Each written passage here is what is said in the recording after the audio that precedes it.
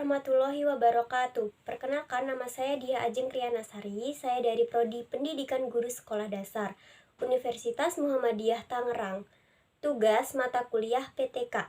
Dosen Bapak Dr. Mawardi, SSI, MPD. Di sini saya akan mempresentasikan tentang peningkatan hasil belajar PKN melalui metode Information Search pada siswa kelas 4, Karangtengah, 3 Kota Tangerang.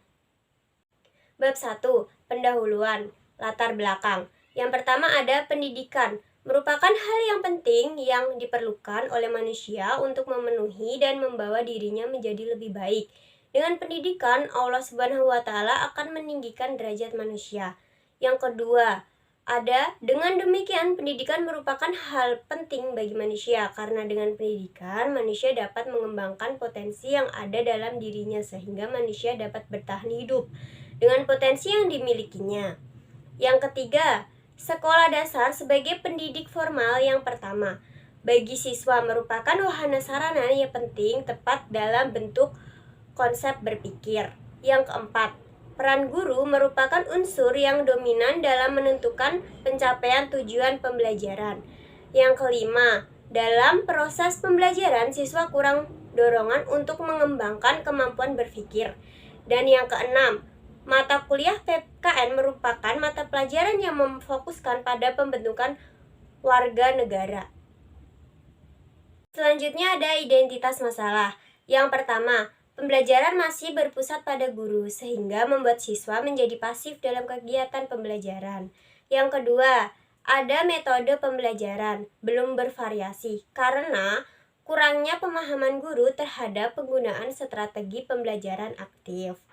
Yang ketiga, kegiatan pembelajaran terkesan monoton yang mengarah pada informasi yang disampaikan oleh guru. Yang keempat, pendayagunaan sumber belajar yang belum optimal untuk menyampaikan materi pelajaran yang cukup luas.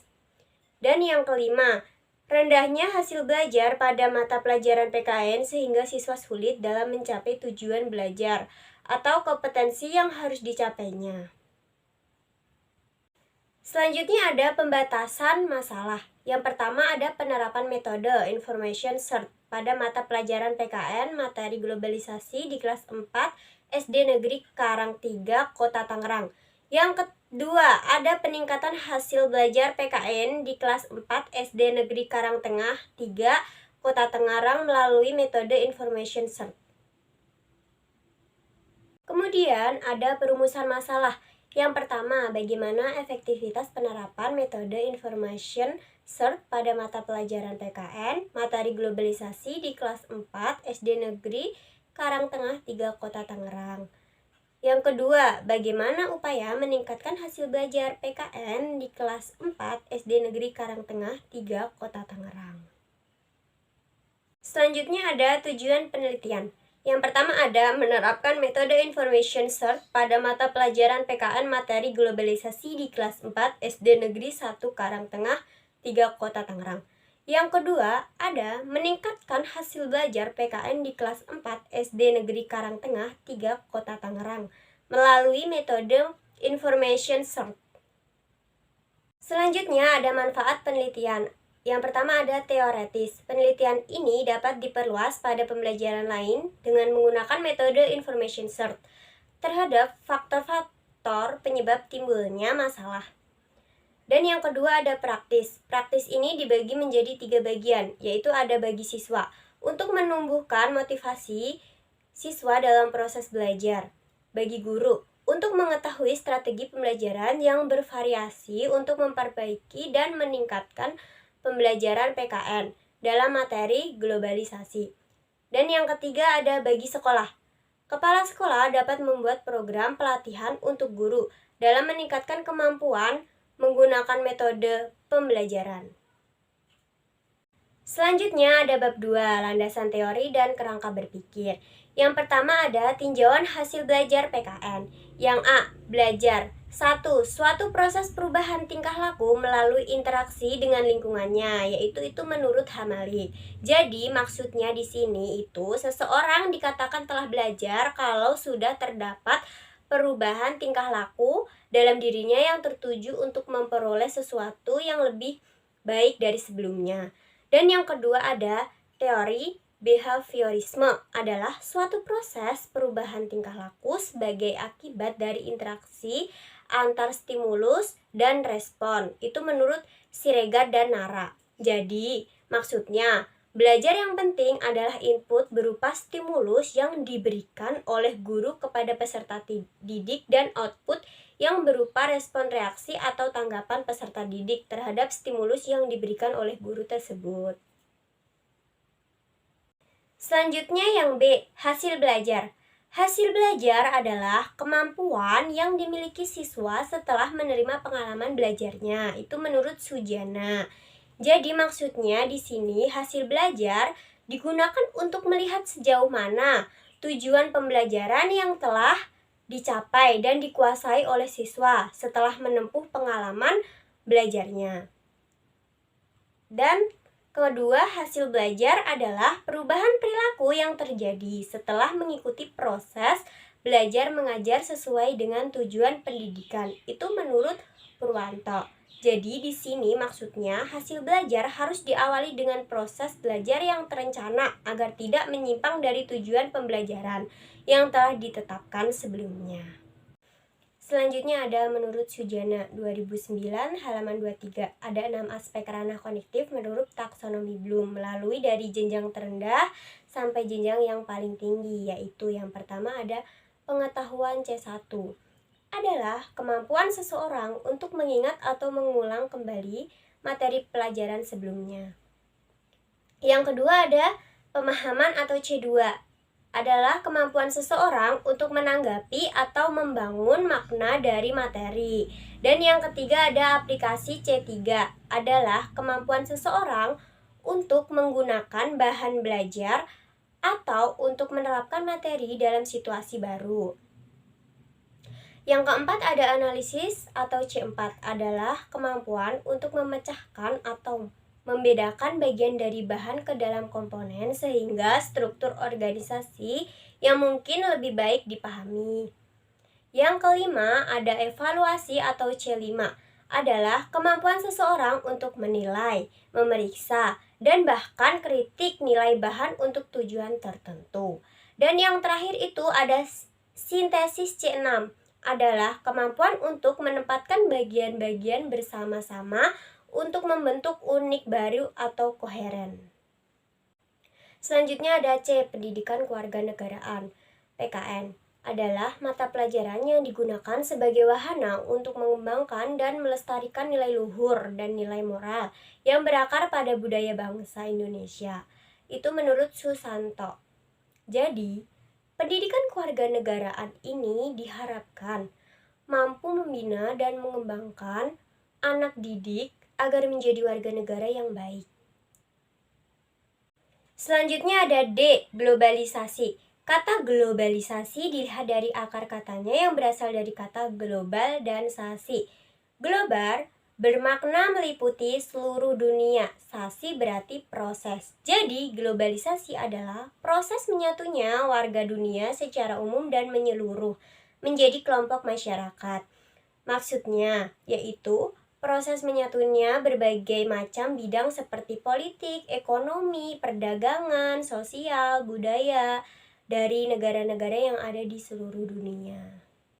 Kemudian ada bidang-bidang yang dipengaruhi globalisasi, antara lain sebagai berikut. Yang pertama ada politik. Politik adalah paham demokrasi yang dianut oleh berbagai negara di dunia. Dan yang kedua ada ekonomi. Ekonomi adalah globalisasi yang sangat mempengaruhi perdagangan ekonomi. Yang ketiga adalah budaya. Budaya adalah seperti contohnya musik rock merupakan salah satu wujud pengaruh globalisasi. Tak hanya musik rock, pula muncul gaya rambut, gaya berpakaian, dan bahkan gaya hidup. Dan yang selanjutnya ada komunikasi. Komunikasi adalah kemajuan teknologi di bidang komunikasi menjadikan dunia ini seolah-olah tanpa ada batas-batas wilayahnya. Ada transportasi, pada zaman dibutuhkan waktu berbulan-bulan untuk mencapai belahan bumi yang lain karena pilihan transportasi yang sangat terbatas. Sekarang sudah ada pesawat terbang dan lain-lain. Dan yang selanjutnya ada sosial. Saat rakyat Aceh terkena bencana tsunami, masyarakat dunia langsung bergerak menolong. Kemudian yang kedua ada metode pembelajaran information search. Yang A, metode pembelajaran. Metode pembelajaran didefinisikan sebagai cara yang digunakan guru dalam menjalankan fungsinya dan merupakan alat untuk mencapai tujuan pembelajaran. Itu menurut Hamzah. Jadi, agar tercapai tujuan pembelajaran yang telah dirumuskan, maka seorang guru harus mengetahui berbagai metode. Yang B, metode pembelajaran information search. Metode information search adalah dapat mengoperasikan otak dan memacukan untuk berpikir dalam mencari jawaban. Itu menurut Silberman. Jadi secara berkelompok, siswa mencari informasi yang menjawab pertanyaan-pertanyaan yang diajukan oleh mereka. Kemudian yang ketiga ada karakteristik anak usia sekolah dasar. Yang pertama ada karakteristik siswa, adalah keseluruhan kelakuan dan kemampuan yang ada pada siswa sebagai hasil pembawaan dan lingkungan sosialnya, sehingga menentukan pola aktivitas dan meraih cita-citanya. Jadi, karakteristik siswa itu dipengaruhi oleh lingkungan sosialnya. Dan yang kedua ada, pada usia ini, siswa berada pada tahap operasional konkret, itu pada usia 7-12 tahun, yang dapat dilihat pada sifat egonya yang mulai menurun. Mereka dapat berpikir, tapi mereka masih kesulitan mengartikan kata-kata bermakna kiasan. Itu menurut Jamarah. Jadi, anak usia 7-12 tahun itu sudah bisa menurunkan egonya, tapi belum bisa mengartikan kata-kata yang bermakna. Selanjutnya ada B, penelitian yang relevan. Penerapan strategi sebagai information search sebagai upaya meningkatkan peserta belajar siswa kelas 5 pada mata pelajaran IPS di MIN Yogyakarta 2.